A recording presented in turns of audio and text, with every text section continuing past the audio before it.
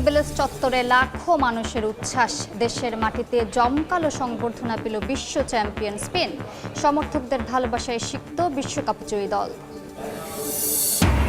হৃদয় ভাঙা কষ্ট নিয়ে যুক্তরাষ্ট্র থেকে দেশে ফিরেছে আর্জেন্টিনা। বিমানবন্দরে লাল গালিচার সংবর্ধনা। ফাইনালের পর হাতাহাতির কারণ তদন্ত করবে ফিফা। মেসিকে 2030 বিশ্বকাপেও দেখার আশা। এবং জাতীয় পর্যায়ে আনুষ্ঠানিক পথচলা শুরু নতুন করে স্পোর্টসের। প্রতিটি ডিসিপ্লিনে সেরা ক্রীড়াবিদরা পাবেন বিনামূল্যে পড়াশোনার সুযোগ, জানালেন ক্রীড়া প্রতিমন্ত্রী।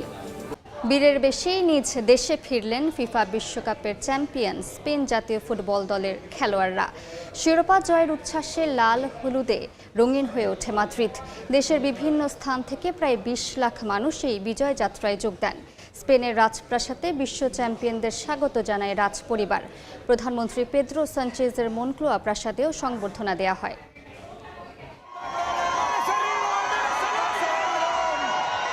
পুরো বিশ্বের রাজা ফিফা বিশ্বকাপের বর্তমান চ্যাম্পিয়নদের ঠিক এ নামেই বরণ করে নিয়েছেন তাদের দেশের নাগরিকরা। একটি ট্রফি আর কোটি মানুষের হাসি।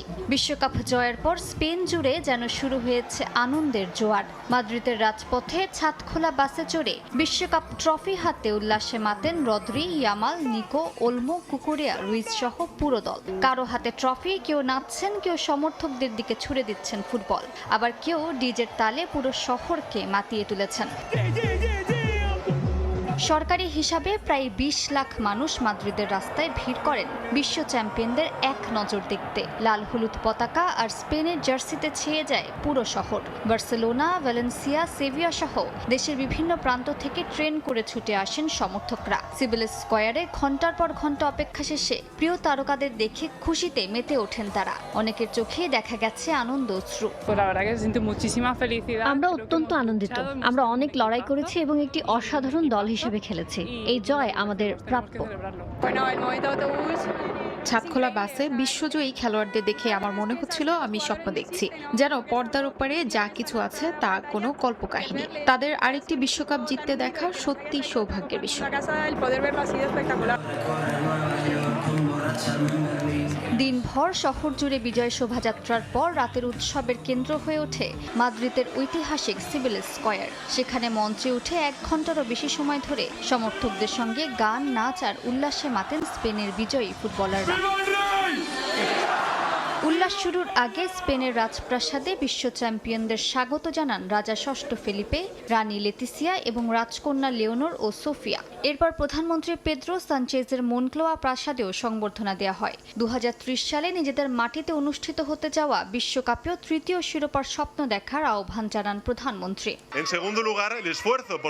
ফাইনাল শুধু খেললেই হয় না, জিততে হয়। আমাদের খেলোয়াড়রা সেটা আবার প্রমাণ করেছে। এখন স্বপ্ন হোক 2030 সালে নিজেদের মাটিতে তৃতীয় বিশ্বকাপ জয়ের। দলের অধিনায়ক রদ্রি বলেন, দেশের হয়ে বিশ্বকাপ জেতার অনুভূতির সঙ্গে কোনো কিছুরই তুলনা হয় না। ছোটবেলায় যেমন তারা কাসিয়াস ও ইনিয়েস্তাকে ট্রফি উঁচিয়ে ধরতে দেখেছিলেন, আজ সেই স্বপ্ন নিজেরাই বাস্তব করেছেন। দেশের জন্য বিশ্বকাপ জেতার অনুভূতির সঙ্গে কোনো কিছুরই তুলনা হয় না। ছোটবেলায় ক্যাসিয়াস আর ইনিয়েস্তাকে ট্রফি তুলতে দেখেছি, আজ সেই স্বপ্ন নিজেই পূরণ করলাম। 16 বছরের অপেক্ষার পর বিশ্বকাপের দ্বিতীয় ট্রফি এখন স্পেনের ঘরে। আর সেই ট্রফি ঘিরে লাল হলুদের যে উৎসব শুরু হয়েছে তা হয়তো স্প্যানিশ ফুটবল ইতিহাসে আরও একটি সোনালী অধ্যায় হয়ে থাকবে। ব্যাক টু ব্যাক বিশ্বকাপ জিততে না পারার আক্ষেপ নিয়ে দেশে ফিরেছে আর্জেন্টিনা। বিমানবন্দরে লাল গালিচা সংবর্ধনা ও হৃদয় উজাড় করা ভালোবাসায় ফুটবলারদের বরণ করে নেন সমর্থকরা। তবে দলের সঙ্গে দেশে ফেরেননি মেসি ও রদ্রিগো দি পল। প্রচণ্ড বৃষ্টি ও তীব্র ঠান্ডা উপেক্ষা করে ফুটবলারদের সংবর্ধনা অনুষ্ঠানে আসেন লাখো সমর্থক। বিশ্বকাপ না জিততে পারলেও দেশের প্রতি ফুটবলারদের এমন নিবেদনে খুশি তারা।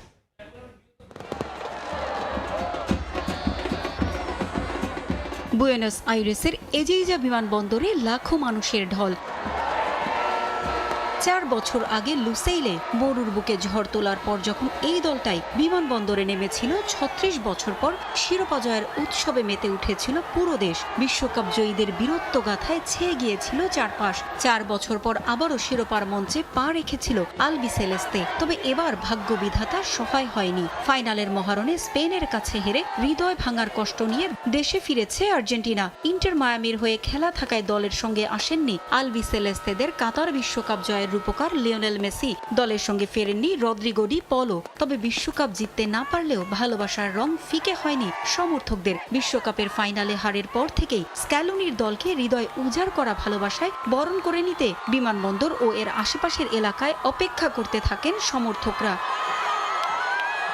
প্রচন্ড বৃষ্টি, তীব্র ঠান্ডা, তবে তা ভাঙতে পারেনি আলবিসেলেস্তে সমর্থকদের মনোবল। লাল গালিচা সংবর্ধনা ও মিলিটারি ব্যান্ড দিয়ে রানওয়েতে স্বাগত জানায় আর্জেন্টিনা ফুটবল অ্যাসোসিয়েশন।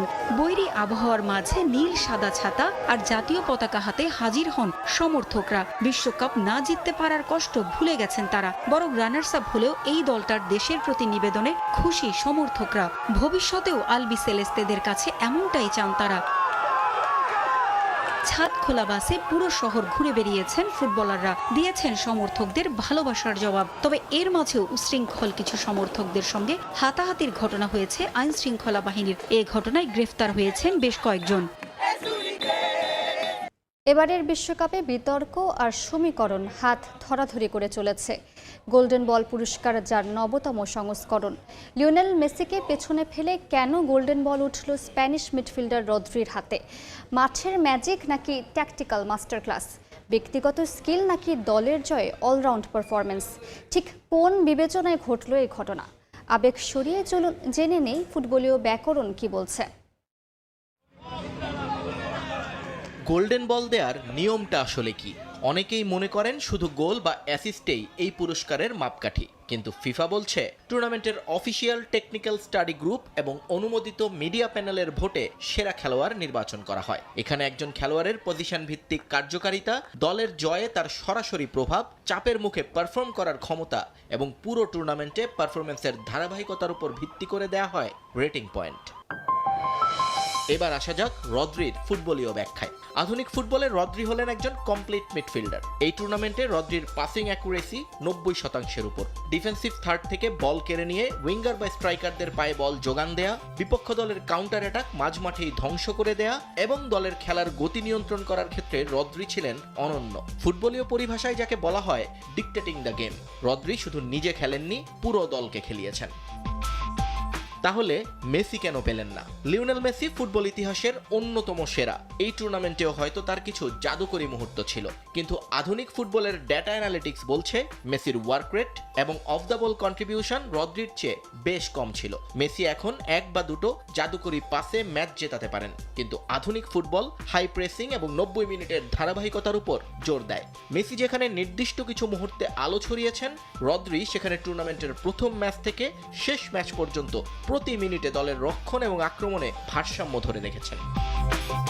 সহজ কথায়, মেসি যদি হন ফুটবলের কবিতা, রদ্রি তবে নিখুঁত গাণিতিক সমীকরণ। আর টুর্নামেন্টের টেকনিক্যাল কমিটি এবার কবিতার চেয়ে মাঠের কার্যকারিতা এবং ট্যাকটিক্যাল ধারাবাহিকতাকেই বেশি নম্বর দিয়েছে। আর ঠিক এই ফুটবলীয় কারণেই মেসির জনপ্রিয়তাকে ছাপিয়ে গোল্ডেন বলের ট্রফিটা উঠেছে রদ্রির হাতে।